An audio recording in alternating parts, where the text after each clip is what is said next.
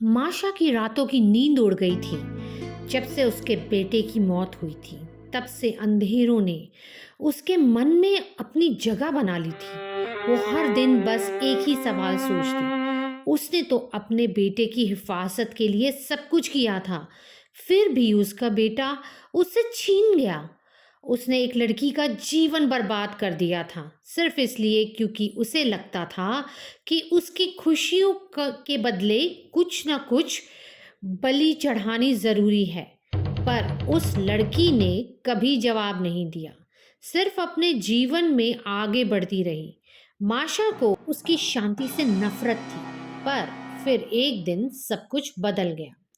उनका पति मर गया, बेटी का घर बसा भी नहीं था कि टूट गया, और सबसे बड़ा झटका, उसका बेटा जो उसकी जिंदगी का आखिरी सहारा था, एक बाइक एक्सीडेंट में मर गया।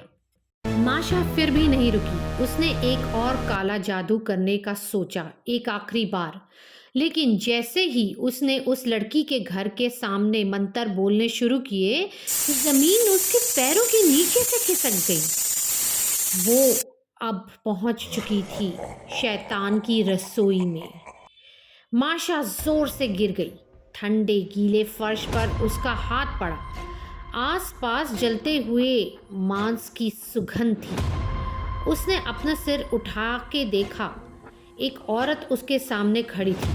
आंखों में अंधेरा भरा हुआ था, हाथों में एक चमचा। वो औरत थी कौन, और उसे नजर क्यों नहीं आ रही थी? क्योंकि वो औरत थी शांका। तुमने तकदीर से ज्यादा खेल लिया है माशा, शांका ने कहा, एक लाल लहर से भरे पतीले को हिलाते हुए। मुझे सिर्फ अपना बेटा वापस चाहिए, माशा चिल्लाई। शांका एक थाली उसके सामने रख दी। उसमें पुडिंग थी, उसके बेटे की पसंदीदा, जो माशा बहुत ही शौक से बनाती थी। लेकिन ये पुडिंग का रंग था लाल। वो लाल रंग की पुडिंग उसके सामने जैसे ही आई, आशा थोड़ी सी घबराई। उसका दिल जोरों से धड़कने लगा। ये खून जैसे क्यों लग रहा है? माशा ने धीरे से पूछा। ये शैतानी पुडिंग है, शांका बोली। तुझे 3 मौके मिलेंगे अपने बेटे की मौत को बदलने के लिए। अगर बचा पाई तो वो जीवित होगा, अगर नहीं तो तेरी आत्मा मेरी होगी। माशा ने बिना सोचे समझे चमचा उठाया और उसने एक चम्मच खाया। अगर ये मौका उसके बेटे को वापस ला सकता है तो वो सब कुछ करने को तैयार है। माशा वापस उस दिन पहुंच गई जिस दिन उसका बेटा मरा था। उसने देखा उसका बेटा घर से निकलने ही वाला था और उसने उस लड़की के घर के सामने कोई पाउडर फेंका। ये क्या कर रहे हो? माशा ने उसका हाथ पकड़ लिया। और आज बाइक मत चलाओ, उबर बुक कर लो।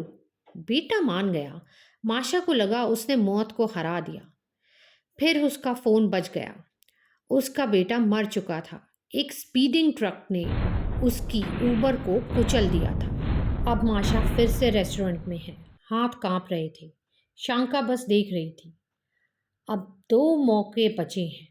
दूसरा प्रयास उसने फिर किया।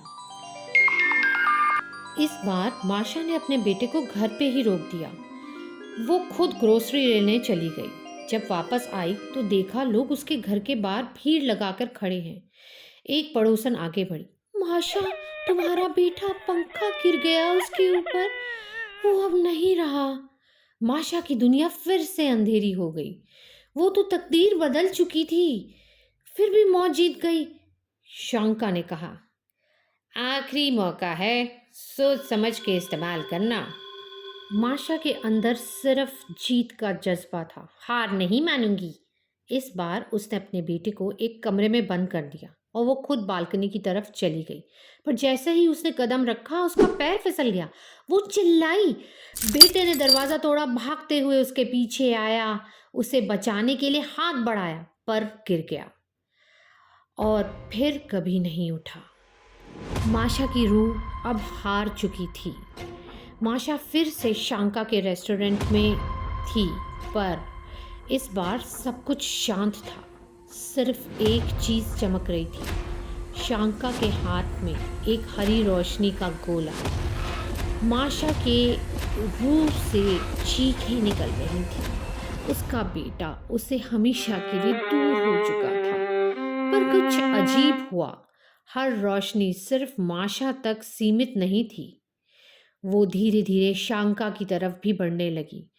अचानक एक भयानक आवाज गूंज उठी, शांका भी दोषी है। शांका, तुमने बीच में क्यों अपनी टांग अड़ाई, क्यों इंटरफेयर किया?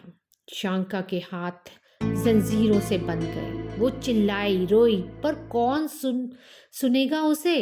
कोई नहीं सुन पाया। और माशा, वो अंधेरों में खींची चली गई। उसका आखिरी दर्शन उसके बेटे की हंसी थी, एक ऐसी दुनिया में जो अब उसके लिए हमेशा के लिए बंद हो चुकी थी।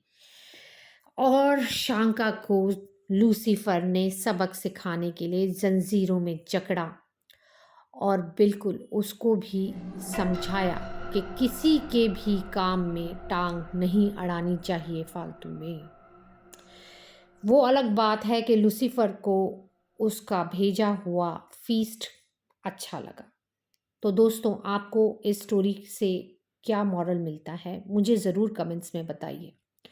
मुझे ये मॉरल मिला कि कोई भी शक्ति, चाहे जादू हो या दुआ, तकदीर को नहीं बदल सकती। माशा ने दूसरों का जीवन बर्बाद किया, पर कर्म कभी किसी को माफ़ नहीं करता। जो इंसान अपनी गलतियों से नहीं सीखता, उसके लिए शैतान भी दया नहीं रखता।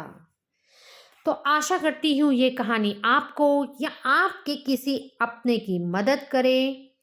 शांका का किचन अभी भी खुला है। अब कल क्या होगा वो हम कल देखेंगे। क्या कोई emotion, jealousy, anger, delusion, hatred, सब कुछ आपको बताया। बताइए कल क्या होगा, कल कौन सा इमोशन आ सकता है। तो मिलते हैं कल दोबारा शांका की रसोई में। तब तक के लिए नमस्कार दोस्तों।